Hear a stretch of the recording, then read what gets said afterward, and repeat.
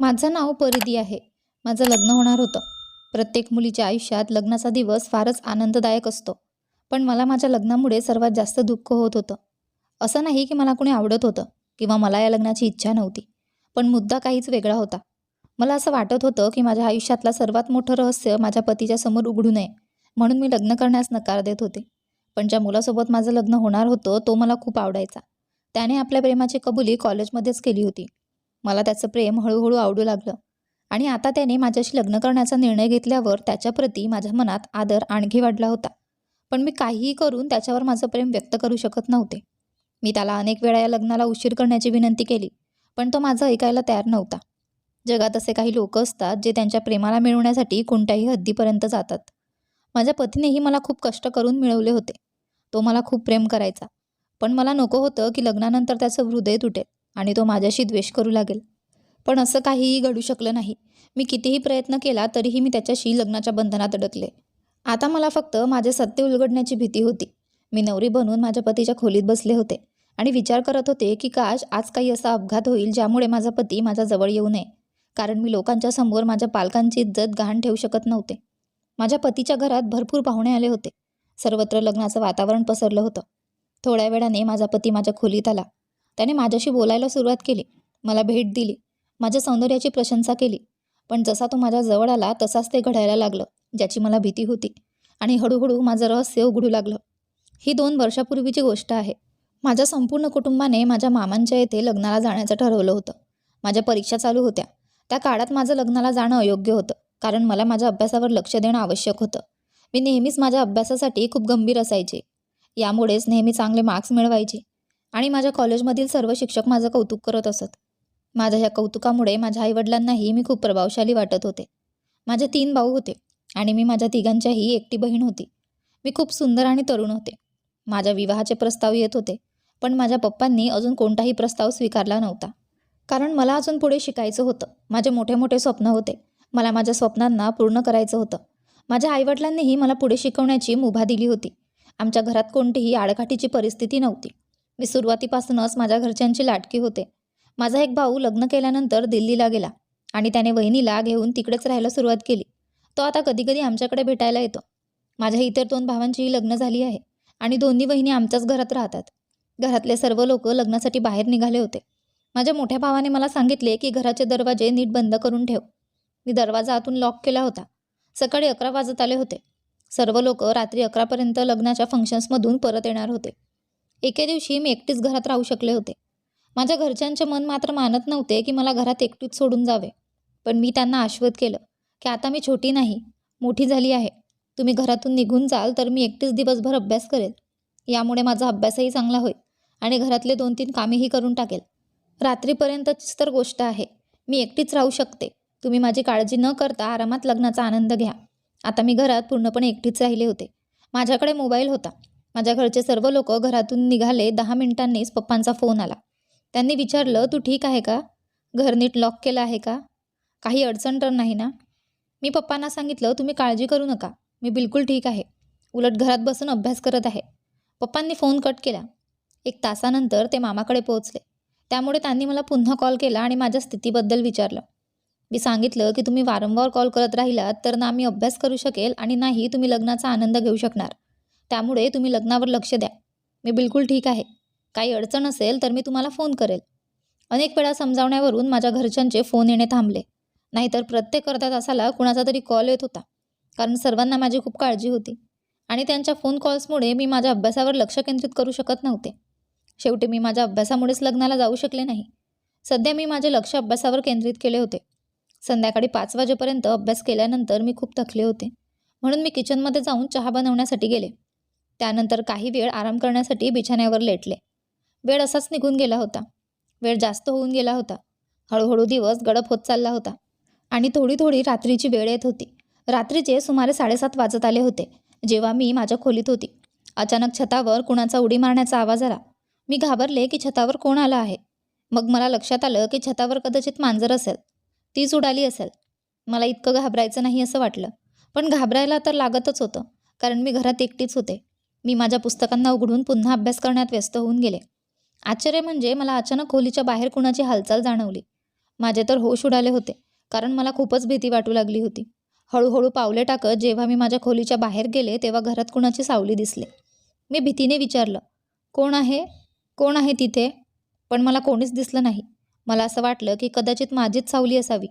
मी भीतीने परत माझ्या खोलीत येऊन अभ्यासात व्यस्त झाले, पण माझं लक्ष बारकाईने अंगणातल्या त्या छायेकडे जात होतं. थोड्या वेळात कुणीतरी माझ्या खोलीत प्रवेश केला. हा एक तरुण मुलगा होता. त्याला पाहून माझे होश उडाले होते. मी विचारलं, तुम्ही कोण आहात आणि घरात कसे आला? आता रात्रीचे 8 वाजले होते आणि हा व्यक्ती कोण होता हे मला समजत नव्हतं. मला खूप भीती वाटत होती आणि घबराटीमुळे माझा घाम गळू लागला होता. त्या मुलाने मास्क लावला होता, त्यामुळे मला त्याचा चेहरा दिसत नव्हता. मी त्याला बारकाईने सांगितलं की कृपया इथून जा. तुम्ही कोण आहात? मी ओरडायला सुरुवात केली. त्याने माझ्या तोंडावर हात ठेवला आणि सांगितलं, ओरडायची गरज नाही, नाहीतर तुला जीवाशी मारेल. त्याने सांगितलं की तुझ्या घरात जी अलमारी आहे तिच्या तिजोरीची चावी दे. चावी नक्कीच तुझ्याकडे असेल. त्याच्या या बोलण्यावरून मला समजलं की तो चोर आहे आणि घरात चोरीसाठी आलेला आहे. माझं शरीर भीतीमुळे थरथर कापायला लागलं आणि मी सतत विचार करत होते की लवकरच माझ्या घरचे येऊन मला या व्यक्तीपासून सोडवावेत. पण तो बारकाईने मला सांगत होता की घरातले कोणत्याही मौल्यवान वस्तू बाहेर काढ आणि दे. मला असं कसं द्यावं ते सुचत नव्हतं. माझे पप्पा आणि भाऊ यांनी माझ्या लग्नासाठी किती मेहनत करून काही सेव्हिंग्ज ठेवल्या होत्या, जे त्यांनी बँकेत नाही तर घरात ठेवले होते. आणि माझ्या लग्नाचे काही दागिने होते. माझ्या बहिणींचे दागिने देखील माझ्या आईच्या अलमारीतील तिजोरीत ठेवलेले होते. त्या तिजोरीचा तळा कोणालाही उघडता येत नाही. ती अलमारी दुसऱ्या खोलीत ठेवलेली होती. हा चोर छतावरून खाली आल्यावर पप्पा आणि आईच्या खोलीत गेला होता आणि दरवाजा उघडण्याचा खूप प्रयत्न करत होता. मग तो माझ्याकडे आला आणि तिजोरीचा तळा उघडण्याचा जोर देत होता. मी त्याला नकार दिला की माझ्याकडे चावी नाही. त्याने सांगितलं, तू खोटं बोलत आहे. तू या घरातील मुलगी आहे आणि तुला घराबद्दल सर्व काही माहीत असणारच. कोणतीही गोष्ट कुठे ठेवलेली आहे हे तुला माहीत असणार. मी म्हटलं, माझ्या घरातील सर्व लोक लग्नाला गेले आहे.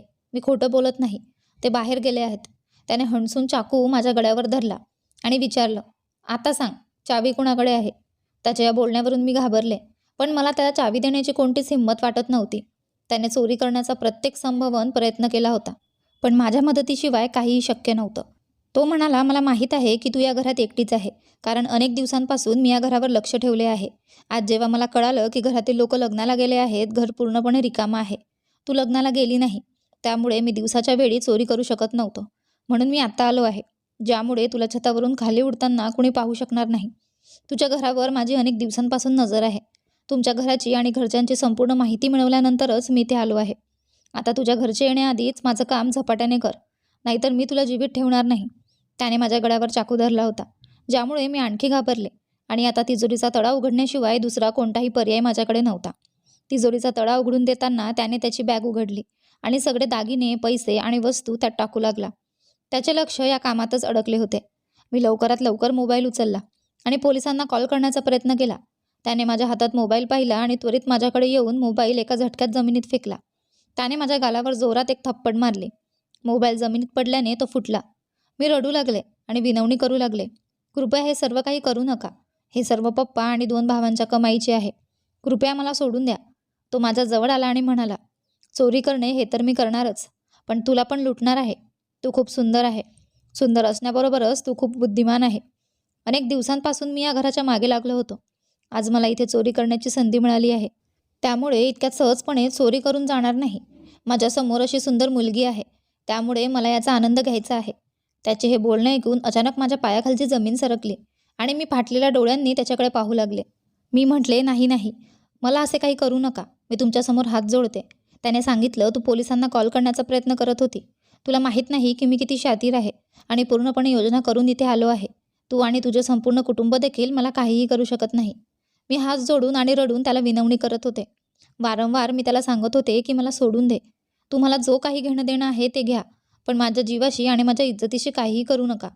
मी आवाज काढू शकत नव्हते, कारण त्याच्या हातात चाकू होता आणि तो केव्हाही मला त्या चाकूने हाणू शकतो. मला खूप भीती वाटत होती आणि काय करावं हे समजत नव्हतं. मी मनात देवाकडे प्रार्थना करत होते की माझ्या घरचे लवकर येवोत, पण मला अजूनही कोणालाही येताना दिसले नव्हते. त्याने सर्व सामान त्याच्या बॅगमध्ये भरला होता आणि नंतर तो हळूहळू माझ्या जवळ येऊ लागला.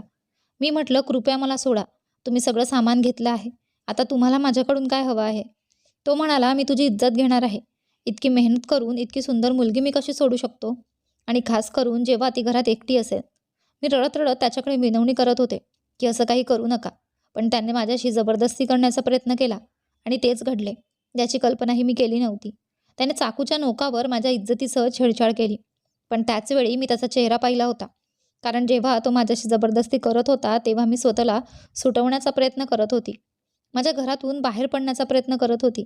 तो मला मजबूतीने पकडून होता आणि हातापायाच्या झगड्यात त्याचा चेहरा झाकणारा माग त्याच्या चेहऱ्यावरून मी काढला. माझ्यासमोर त्याचा चेहरा दिसला. या व्यक्तीला मी आजवर कधीच पाहिलं नव्हतं, पण त्याने माझ्या इज्जतीसह छेडछाड केली आणि घरातून चोरी केली. तो ज्या मार्गाने आला होता त्या मार्गाने परत गेला. खरं तर हा चोर छतावरून आला होता आणि त्यावेळेला मला वाटलं की ती एक मांजर आहे, पण ती मांजर नव्हती. तोच व्यक्ती होता. त्याने चोरीच्या उद्देशाने प्रवेश केला, पण सोबतच माझ्या इज्जतीसह खेळ करून गेला होता. मी माझ्या नशिबावर रडत होते. हा दिवस माझ्या जीवनातील सर्वात धोकादायक दिवस ठरला होता. मला हे अजिबात कल्पना नव्हती की घरात एकटी राहणं इतकं धोकादायक ठरू शकतं. माझे पप्पा आणि भावाच्या मेहनतीची कमाई आणि माझी इज्जत दोन्हीच हरवली होती. मला समजत नव्हतं की घरातले लोक आले की मी त्यांना काय उत्तर देईल. मी लवकरात लवकर माझी स्थिती सुधारली. जरी मी खूपच त्रासातून जात होते, माझी स्थिती खूपच खराब होत होती. जमिनीवर पाय ठेवण्याची ताकदही उरली नव्हती, कारण तो एक राक्षस होता आणि त्याने माझ्याशी दरिंदगी केली होती. मी फुटून फुटून रडत होते. अचानक घराचा दरवाजा वाजला. मी पुन्हा घाबरले, पण नंतर खूप वेळ दरवाजा वाजत होता आणि नंतर मला माझ्या भावाचा आवाज ऐकू आला. त्यामुळे माझ्या जीवात जीव आला. मी लवकरात लवकर स्वतःला ठीक करून दरवाजापर्यंत पोहोचले. सर्व लोक घरात आले होते. माझं कोणाशीही बोलण्याचं मन नव्हतं. मी कोणालाही काहीही सांगितलं नव्हतं आणि हे सांगितलं नव्हतं की आपल्या घरात चोरी झाली आहे, कारण माझी इज्जत आधीच खराब झाली होती. माझ्या आईवडिलांना या बातमीचा धक्का सहन होणार नाही असं मला वाटत होतं आणि अशा परिस्थितीत माझ्या चारित्र्यावर बोटं उचलली जाऊ शकतात, कारण लोक विविध प्रकारच्या गोष्टी बोलतात आणि आपण त्यांना थांबवू शकत नाही. माझं समाजाच्या लोकांचं बरंच चांगलं ज्ञान आहे. या समाजात जर एखाद्या मुलीसोबत काही चुकीचं होत असेल तर कुणीही तिची मदत करत नाहीत. उलट तिला चुकीचं ठरवलं जातं. माझ्या आईवडिलांची इज्जत मिटवली जाऊ नये म्हणून मी खूप शांत राहणं योग्य ठरवलं. अलमारीची तिजोरी आणि अलमारी व्यवस्थित बंद केली होती. घराची परिस्थितीही मी सुधारली होती, कारण कोणालाही असं वाटू नये की घरात माझ्या व्यतिरिक्त दुसरं कोणी होतं आणि चोरी झाल्याचा संशय येऊ नये. मी सर्वांशी अगदी सामान्यपणे वागत होते, पण आतून मी खूप त्रस्त होते. माझ्या वहिनीने मला विचारलं, तुला काय झालं आहे? तुझी तब्येत ठीक आहे ना? तुझा चेहरा पिवळसर झाला आहे. असं वाटतं की तुला काहीतरी झालं आहे. मी म्हटलं, वहिनी हो, मला ताप आला आहे. तणावामुळे आधीच माझं शरीर गरम होत होतं. माझ्या मम्मीने माझं शरीर तपासून म्हणाली, तुला ताप आहे, तुला डॉक्टरकडे जावं लागेल. पण मी त्यांना डॉक्टरकडे जाण्यास नकार दिला आणि सांगितलं की मी औषधं घेतली आहेत. मम्मी म्हणाली, आज तू जास्त अभ्यास केला असेल, त्यामुळेच तुझी तब्येत खराब झाली. मी मम्मीला सांगितलं की मी ठीक आहे. त्यामुळे त्यांनी माझ्याबद्दल बेफिकीर होऊन आपल्या खोलीत जाऊन झोपू लागली. मी आपल्या खोलीत आले आणि माझ्या नशिबावर रडत होते. मी सर्वांना सत्य सांगण्याचा विचार करत होते, पण माझ्या इज्जतीच्या बाबतीत मी सर्व काही लपवू शकले. पण जो सामान चोरीला गेला आहे ती गोष्ट मी कोणालाही लपवू शकले नाही. हे एक ना एक दिवस सर्वांसमोर उघडणारच होतं. हीच गोष्ट मला चिंतेत करत होती. सर्व रात्री माझी तब्येत खराब होती. सकाळी माझी परीक्षा होती, पण परीक्षा देण्याची माझी इच्छा नव्हती. संपूर्ण रात्र रडून माझी झोप उडाली होती. मला कॉलेजला जाणं आवश्यक होतं, पण मनाची तयारी नव्हती आणि जर मी कॉलेजला गेले नाही तर सर्वांना संशय येईल आणि सर्व मला प्रश्न विचारायला लागतील की तू कॉलेजला का नाही गेलीस. म्हणूनच मी कॉलेजच्या वेळेला तयार झाली आणि कॉलेजसाठी निघाले. मम्मी तर सकाळीच उठतात. तिने माझा चेहरा पाहिला आणि म्हणाली, काय झालं बेटा, तुझी तब्येत ठीक आहे का? तुझे डोळे सांगत आहे की तू सारी रात्र झोपली नाही. मी म्हटलं, नाही मम्मी, माझी तब्येत ठीक आहे, फक्त परीक्षा थोडी जास्त स्थान देणारी आहे. मम्मी म्हणाली, तू तुझ्या अभ्यासासाठी इतकी गंभीर का आहे? तुला अभ्यासासोबत तुझ्या आरोग्याचेही लक्ष ठेवायला हवं. मी मम्मीला म्हटलं, मला कॉलेजसाठी लेट होऊन जात आहे, मी चालले. मम्मीने माझा हात पकडला आणि म्हणाली, तुला काय झालं आहे बेटा, नाश्ता करून जा. मी म्हटलं, मम्मी मला भूक नाही. मम्मी म्हणाली, रात्रीही तू इतक्या लवकर तुझ्या खोलीत गेलीस की मला तुला विचारायचीही फुरसत मिळाली नाही. रात्री तू चांगली जेवलीस की नाही हे मला माहीत नाही. मी मम्मीला सांगितलं, मी पूर्णपणे ठीक आहे आणि रात्रीचं जेवणही चांगलं झालं होतं. अजूनही मी नाश्ता करू शकते, पण माझं नाश्ता करण्याचं मन नाही. मी कॉलेजमध्येच काहीतरी खाणार आहे. मी माझ्या मम्मीला दिलासा दिला आणि घरातून निघाले, पण माझ्या डोळ्यातून सतत अश्रू येत होते. कॉलेजमध्ये पोहोचल्यावर मला माझ्या फ्रेंडशी बोलण्याचं मन नव्हतं, तरीही ती वारंवार बोलत होती. मी खूप शांत होऊन गेले होते. मला काहीही चांगलं वाटत नव्हतं. सतत तेच भयानक दृश्य माझ्या डोळ्यांसमोर येत होते, ज्यावेळी त्या दरिंद्याने माझ्याशी चुकीचं कृत्य केलं होतं. माझ्या मनात एकच चिंता होती की जर हे सर्व लोकांसमोर उघडकीस आले तर काय होईल? कोण माझ्या बोलण्यावर विश्वास ठेवेल की नाही हे सांगता येत नाही. या तणावामुळे मी परीक्षा चांगली देऊ शकले नाही, कारण माझं लक्ष फक्त या चिंतेवरच लागलेलं होतं. मी घरात आले की खूप शांतपणे वागत होते आणि हे सुमारे 3 दिवस झाले होते. आणि अजूनही चोरीबद्दल कुणालाही काहीही माहिती नव्हती. माझे होश उडाले जेव्हा कॉलेजमधून घरी आल्यावर आणि घरात मी कोणीही व्यक्ती नसल्याचं पाहिलं. घरात ताळा लागला होता हे पाहून मी चकित झाले. त्यानंतर आमच्या शेजारी राहणाऱ्या आंटीने सांगितलं की तुझ्या पप्पांची तब्येत बिघडल्यामुळे सर्व लोक हॉस्पिटलमध्ये गेले आहेत. त्यांनी सांगितलं की तू कॉलेजमधून आल्यानंतर तुला ही बातमी द्यावी. तिने मला हॉस्पिटलचा पत्ता दिला. माझा मोबाईल तुटला होता हे मी घरात सांगितलं होतं. माझा मोबाईल माझ्या हातातून खाली पडला होता. यामुळेच लोक माझ्याशी संपर्क साधू शकले नाहीत. मी रिक्षात बसून ताबडतोब हॉस्पिटलमध्ये गेले. तिथे जाऊन पाहिलं की माझी मम्मी फुटून फुटून रडत होती. सर्व लोक खूपच चिंतेत होते कारण अचानक पप्पांना हार्ट अटॅक आला होता. घरी असलेले सर्व लोक हॉस्पिटलमध्ये उपस्थित होते. 2 दिवस मी पप्पांजवळ हॉस्पिटलमध्ये होते आणि बाकी सर्व लोकांचे लक्ष पप्पांकडेच होते. 2 दिवसानंतर पप्पा डिस्चार्ज होऊन घरी परत आले आणि दुसऱ्याच दिवशी माझी परीक्षा होती. मी परीक्षा देण्यासाठी गेली पण माझं लक्ष पूर्णपणे अभ्यासावर नव्हतं. माझ्या घरच्यांनी माझ्या शांतपणावर शंका घेतली. हळूहळू पप्पा चांगले होऊ लागले. पण एक दिवस वहिनीने घरात गोंधळ घातला. त्यांनी ओरडून सांगितलं की घरात चोरी झाली आहे.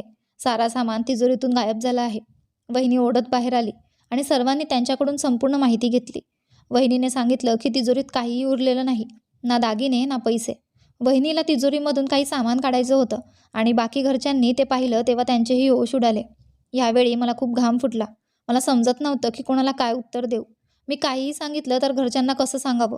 ते लोक एकमेकांना विचारत होते की हे कधी आणि कसं झालं. ज्या गोष्टीला 1 आठवडा झाला होता आणि पप्पा यांच्या तब्येतीमुळे कुणाचं लक्ष तिजोरीवर गेलं नव्हतं. आता सर्वांना माहिती झाल्यावर घरात खूप गोंधळ झाला होता. मम्मी आणि वहिनीचं तर रडून रडून अत्यंत वाईट हाल झाले होते कारण त्यांचे सगळे आभूषण गेले होते. पप्पा आधीच आजारी होते आणि हे ऐकून त्यांना अजून मोठा धक्का बसला. सर्व लोक विचार करत होते की हे कसं आणि कधी झालं. मी सर्व काही माहीत असतानाही माझ्या प्रतिष्ठेसाठी मला शांत राहावं लागलं. मला माहिती होतं की जर या गोष्टीची माहिती कोणाला मिळाली तर मला माझ्या बाबतीतही सांगावं लागेल. भैया पोलिसांना बोलावण्याची मागणी करत होते पण पप्पा यांनी त्यांना थांबवलं. त्यांचं म्हणणं होतं की जे झालं ते झालं. आपल्याला सुद्धा माहिती नाही की हे कधी आणि कसं झालं. पोलिसांना काय सांगणार. जे गेले आहे त्याला जाऊ द्या. पोलीस काहीच करणार नाहीत. आजवर किती घरात लाखो रुपये चोरीला गेले आहेत. पोलिसांनी काहीच केले नाही तर आपलं कसं करणार. अशा प्रकारे ही बातमी दबवली गेली. पण जेव्हा मला विचारलं की तुला याबद्दल काही माहिती आहे का, तर मी म्हटलं की मला काहीच माहिती नाही की घरात चोरी कधी झाली. मी सर्वांना गोंधळात टाकण्यासाठी सांगितलं की आम्ही पप्पाला हॉस्पिटलमध्ये घेऊन गेलो तेव्हा घर पूर्णपणे एकटं होतं म्हणून हे होऊ शकतं. अशा प्रकारे ही गोष्ट संपवली गेली. माझ्या घरच्यांना चोरीचा मोठा धक्का बसला आणि सर्वांना मोठ्या नुकसानाचा सामना करावा लागला. मी अजूनही खूप चिंतेत होते आणि कॉलेजमध्ये एका कोपऱ्यात बसून विचार करत होते की काय करावं. असेच अनेक दिवस गेले. परीक्षांचे निकाल आल्यानंतर काही महिन्यांनी माझा निकाल आला ज्यात मला एक मध्यमच टक्केवारी मिळाली. पण मी पास झालेली होती. देवाने माझी प्रतिष्ठा वाचवली होती. एक दिवस मी कॉलेजच्या कॅम्पसमध्ये बसली होती तेव्हा कॉलेजमधला एक मुलगा माझ्याजवळ येऊन बसला. तो माझी मैत्रीण अमृताचा चांगला मित्र होता. त्याने मला उदास पाहिल्यावर माझी चिंता विचारली पण मी त्याला काहीच सांगितलं नाही. त्याने म्हटलं की मी अनेक दिवसांपासून पाहत आहे की तू खूप चिंतेत असते. मी अनेकदा तुझ्याशी बोलण्याचा प्रयत्न केला आहे पण तुझ्या चिंतेमुळे काहीच बोलू शकलो नाही. तो माझ्याशी आणखी बोलतच होता पण मी त्याच्याजवळून उठून गेले. मी त्याला काही उत्तर दिलं नाही. दुसऱ्या दिवशी पुन्हा कॉलेजमध्ये गेल्यावर त्याने माझं तेच वर्तन पाहिलं. त्याचं नाव रोहन होतं. रोहनने अनेकदा माझ्याशी बोलायचा प्रयत्न केला होता पण मी त्याचे काही शब्द ऐकले नाहीत. आधीच मी खूप चिंतेत होते आणि दुसरं म्हणजे मला मुलांशी मैत्री करायला आवडत नव्हतं. एक दिवस रोहनने हद्दच पार केली. त्याला मला काहीतरी सांगायचं होतं. मी नेहमीच त्याची गोष्ट ऐकण्याऐवजी त्याच्याजवळून उठून जात असे. पण त्या दिवशी त्याने माझा हात पकडला. त्यामुळे मी त्याच्याजवळून निघून जाऊ शकले नाही. या वर्तनामुळे मला खूप राग आला आणि मी त्याच्या चेहऱ्यावर एक जोरदार थप्पड मारली. मी म्हटलं तुला मला स्पर्श करण्याची हिंमत कशी झाली. कारण माझ्या हातण्यावर आधीच खूप जखमा होत्या आणि माझ्या मनात जुन्या घटनांचा विचार चालू होता. म्हणूनच माझा हात रोहनवर उठला. माझ्या डोळ्यात अश्रू आले आणि मी त्याला खूप उलटसुलट म्हटले. कॉलेजमध्ये अनेक लोकांनी हे दृश्य पाहिलं. रोहन वारंवार मला म्हणत होता एकदा माझी गोष्ट ऐक, मी तुला काही सांगू इच्छितो. पण मी त्याचे काहीही ऐकले नाही आणि त्या दिवशीही मी तिथून निघून गेली. 3-4 दिवस मी कॉलेजला गेले नाही. माझ्या चेहऱ्यावर हसू गायब झालं होतं. माझ्या घरच्यांना माझ्या स्थितीची काळजी वाटत होती पण मी कोणालाही काहीच सांगितलं नाही. सर्वांना असं वाटत होतं की मी फक्त माझ्या अभ्यासामुळे चिंतेत आहे. पण कोणालाही माझ्या जीवनात काय घडले आहे हे माहीत नव्हतं. माझ्या अंतर्मनात काय घडतंय ते मी कोणालाही सांगू शकत नव्हते. 3-4 दिवसांनी मी कॉलेजला गेले तेव्हा मी पाहिलं की रोहन माझ्या वाटेवर उभा आहे. त्याला पाहून मला लक्षात आलं की मी त्याला त्या दिवशी खूपच अपमानित केलं म्हणून मला त्याला माफी मागायला हवी. जसं मी त्याच्याजवळ गेली तो स्वतःच वारंवार माफी मागू लागला. त्याने माझ्यासमोर हात जोडले आणि पायांवर झुकला आणि म्हणाला तू मला थप्पड मारली. मी या गोष्टीला काही वाईट मानले नाही. मला माहीत आहे की तू काहीतरी डिस्टर्ब झाली आहे. पण एकदा माझं ऐक, असं रोहन म्हणाला.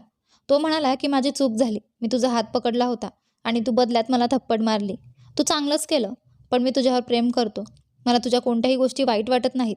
मी तुझ्या घरात प्रस्ताव पाठवायला इच्छितो. रोहनची ही माहिती ऐकून मला त्याच्यावर अजूनच राग आला. मी त्याला म्हटलं, तुझी हिंमत कशी झाली माझ्याशी असं बोलायची? तू मला काय समजून घेतलंय? तू तुझ्या मनासारखं करशील आणि मी शांतपणे ऐकत राहील. हे सांगून मी एका कोपऱ्यात जाऊन रडायला लागले. रोहन मला समजावण्याचा प्रयत्न करू लागला. मी तुझ्या सर्व गोष्टी ऐकायला तयार आहे. पहा, मी तुझ्यावर खूप प्रेम करतो म्हणून तुझं प्रेम व्यक्त करत आहे. मी वाईट मुलगा नाही. मी तुझा फायदा घेणार नाही. तुला हवं तर मी तुझ्या घरात प्रस्ताव पाठवू शकतो. काही दिवसांपर्यंत मी रोहनची गोष्ट मानली नाही. पण नंतर मी रोहनच्या बोलण्यातून थकले. त्यामुळे मला त्याची गोष्ट मान्य करावी लागली. कारण माझ्या मैत्रिणींनी मला समजावलं की रोहन तुझ्यावर प्रेम करतो. तू त्याच्या प्रेमाची किंमत करावी. असा मुलगा तुला मिळणार नाही, जो तुझ्याशी प्रेम खेळण्याऐवजी थेट तुला लग्नाचा प्रस्ताव देत आहे. माझ्या मैत्रिणीच्या बोलण्याने मी विचार केला की त्यांनी जे सांगितलं ते चुकले नाही. मी माझा मोबाईल सुधरवला आणि रोहनशी बोलू लागले. पण काही कारणास्तव मला त्याच्याशी बोलण्यात कोणताही रस येत नव्हता. कदाचित त्यामुळे मी चिंतेत होते. रोहन माझ्या घरात प्रस्ताव पाठवण्याची मागणी करत होता, पण मी त्याला नकार देत होते. हळूहळू रोहनची माझी ओळख वाढली. रोहन माझ्याशी प्रेमाची चर्चा करत होता. त्यामुळे माझ्या जुन्या विचारांवर लक्ष कमी होऊ लागले आणि हळूहळू मी आनंदी होऊ लागले. पण एके दिवशी मला लक्षात आलं की मी या गोष्टीला घरच्यांपासून लपवलं आहे. जर माझं लग्न रोहनसोबत झालं तर हे कसं लपवू शकेल? रोहनला किंवा इतर कुणालाही माहिती पडल्यास त्यांना लवकरच समजेल की माझ्या जीवनात काय घडले आहे आणि मग माझा पती मला लवकरच घटस्फोट देऊन घरातून बाहेर काढेल. ही कल्पना माझ्या मनात आल्यावर मी ठरवलं की मी रोहनशी लग्न करायला नको पाहिजे. रोहन वारंवार माझ्या घरात प्रस्ताव पाठवण्याची मागणी करत होता, पण मी त्याला सतत टाळत होते. रोहन जेव्हा कधी माझ्याकडे त्याच्या कुटुंबियांना घरी नाते घेऊन पाठवण्याचा विषय करत असे, तेव्हा मी त्याला कधी काही बहाणे सांगत असे, तर कधी काही दुसरे बहाणे करत असे. पण एक दिवस रोहन माझ्यावर या गोष्टीसाठी खूप रागावला आणि म्हणाला, तू मला प्रेम करतच नाही, कारण तुला माझ्या प्रेमाची किंमत नाही. तू सुरुवातीपासूनच माझ्या प्रेमाची किंमत समजून घेतली नाही. तुम्ही मुली त्या मुलांना स्वीकारता जे तुमच्यावर प्रेम करून तुमचा वापर करून सोडून देतात. मी तुला लग्नाच्या पवित्र बंधनात बांधू इच्छितो, असं रोहन म्हणाला. मी रोहनला खूप समजावण्याचा प्रयत्न केला, पण आता मी त्याला काय सांगू की मी पवित्र नाही. कधी मी त्याला माझ्या वडिलांच्या आजाराचा बहाणा दिला, तर कधी मी म्हटलं की माझ्या वडिलांना अजून माझं लग्न करण्याची इच्छा नाही. पण रोहनने माझं काहीच ऐकलं नाही आणि त्याने माझ्याशी बोलणं बंद करून दिलं. मलाही हळूहळू रोहन आवडायला लागला होता, कारण आम्ही 1 महिना एकमेकांशी बोलत होतो आणि तो इतका चांगला होता की माझ्या हृदयात त्याच्यासाठी प्रेम जागृत झालं होतं. मला त्याची दूरगामी सहन होत नव्हती. त्यामुळे फोन करून मी त्याला सांगितलं की तो माझ्या घरात प्रस्ताव पाठवू शकतो. मला फक्त एका गोष्टीची भीती होती की रोहनच्या समोर माझे रहस्य उघड होईल तर काय होईल. कुठलाही मुलगा अशा मुलीला स्वीकारू शकत नाही जिचं कुवारपण संपलं असेल. मला सुरुवातीपासूनच भीती होती की लग्नानंतर ही बदनामी होईल. रोहन माझ्या घरात माझ्या कुटुंबियासह आला होता. माझ्या घरच्यांना रोहन खूप आवडला होता. तो एक चांगल्या कुटुंबाचा होता आणि तो आपल्या वडिलांच्या व्यवसायात सामील झाला होता. त्यामुळे आमचं लग्न ठरलं. आमचं लग्न लवकरच ठरलं आणि 2 महिन्यांनंतर रोहनच्या कुटुंबियांनी आमच्या लग्नाचा निर्णय घेतला. इतक्या लवकर लग्नाची बातमी ऐकून माझे होश उडाले. मी रोहनला लग्न लवकर करण्यास विरोध केला. कधी मी त्याला हेही म्हटलं की मी पुढे शिक्षण घेऊ इच्छिते, पण त्याने प्रत्येक गोष्टीला होकार दिला. त्याने म्हटलं, मी तुला शिकवेन, मी तुला मिळवू इच्छितो. मला इच्छा नाही की तू इतरांची असावी. आणि जे 2 प्रेमी एकमेकांवर प्रेम करतात ते लवकरात लवकर लग्न करू इच्छितात. रोहन हळूहळू माझ्याशी नाराज राहू लागला. मला त्याची नाराजी सहन होत नव्हती, म्हणून मला लग्न करावं लागलं. पण लग्नाच्या दिवशी मी अजिबात खुश नव्हते. माझ्या घरच्यांना लग्न मोठ्या धूमधामीने करायचं होतं, कारण मी त्या घराची एकटीच मुलगी होते. पण रोहनच्या पालकांनी माझ्या घरच्यांना सांगितलं की त्यांना त्यांच्या मुलीशिवाय काहीच पाहिजे नाही. आणि मग आता माझ्या घरच्यांची ही परिस्थिती अशी होती की तेही माझं लग्न मोठ्या धूमधामीने करू शकत नव्हते. वहिनींना त्यांच्या दागिन्यांच्या चोरीसाठी खूप दुःख झाले होते. पण मला दागिने आणि पैशांपेक्षा जास्त दुःख माझी इज्जत लुटली गेल्याचे होत होते. आणि आज लग्नाच्या दिवशी हे दुःख मला सर्वात जास्त होत होते. मी खूप रडत होते. मला हे मनस्वी वाटत होते की रोहन माझ्या या कमीमुळे माझ्याजवळून दूर जाऊ नये. हे रहस्य जे मी आजपर्यंत सर्वांपासून लपवून ठेवले होते, ते मी लपवून ठेवू इच्छित होते. पण असे कसे शक्य होते? रोहन माझ्यावर पूर्णपणे प्रेम करत होता. म्हणूनच तो मला आपली पत्नी बनवून आपल्यासोबत घेऊन जाऊ इच्छित होता. तो आपल्या मनाशी विचार करत होता की त्याने कशी मुलगी निवडली आहे, पण त्याला मनाच्या बलावामुळे हे स्वीकारावे लागले. मी काहीच करू शकत नव्हते आणि शांतपणे रडत रडत माझे लग्न रोहनसोबत झाले. मला रोहनची वधू बनवून त्याच्या खोलीत बसवले गेले होते आणि आता मला एक गोष्ट होती ज्याचा विचार करून माझ्या शरीरावर काटा येत होता. मी रोहनपासून दूर राहू शकत नव्हते. मी हेच इच्छित होते की लग्नानंतर लवकरच त्याच्यापासून वेगळी होऊ नये. कारण मी त्याच्यासोबत संपूर्ण आयुष्य घालवू इच्छित होते. रोहन माझ्या खोलीत आला. तो हळूहळू माझ्या जवळ येऊ लागला. मी त्याला एका झटक्यात दूर ढकलले आणि म्हणाले, रोहन मला नीट वाटत नाही. मला झोप येत आहे. मला झोपू दे. माझ्या या शब्दांवर रोहन म्हणाला, तुला काय झालं आहे परिधी? लग्नानंतर मुली आपल्या पतीसोबत राहण्यासाठी किती उत्सुक असतात. आणि तू अशी आहेस की तू आपल्या या सुंदर रात्रीला झोपून खराब करणार आहेस. आजचा दिवस आपल्या दोघांच्या आयुष्यात खूप खास आहे. त्याने माझा हात पकडला. तर मी त्याचे हात झटकले आणि म्हटलं, मला या रात्रीला रंगीन बनवायचं नाही. हे सांगून मी खोलीतून बाहेर जाण्याचा प्रयत्न केला. त्याने माझा हात पकडला आणि म्हणाला, तू पागल झालीस का? कुठे चाललीस? नवविवाहिता यावेळी आपल्या खोलीत असते, बाहेर नाही. मी म्हटलं, माझा हात सोड रोहन. तू माझ्याशी काय बेजबाबदारपणा करत आहे? रोहन म्हणाला, तू माझी पत्नी आहेस. मी तुझ्यासोबत काहीही करू शकतो. आपण लग्नाच्या बंधनात अडकलेलो आहोत. मी पाहतोय की तू मला प्रेम करत नाहीस, फक्त फॉर्मॅलिटी निभावत आहेत.